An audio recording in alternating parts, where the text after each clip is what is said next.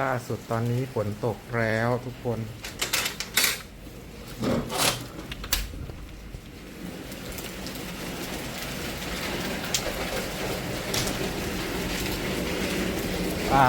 ไข่น้อยไข่น้อยลูกฝนตกครับไข่ตุนเป็นยังไงบ้างเนาะโอเคยังไม่โดนฝนนะครับ ถ้าฝนตกแรงจะไปปล่อยนะฮะตอนนี้ไปไม่ได้ฝนตกดูแลรักษาสุขภาพกันด้วยนะครับทุกคนนะฝนตกแล้วจ้า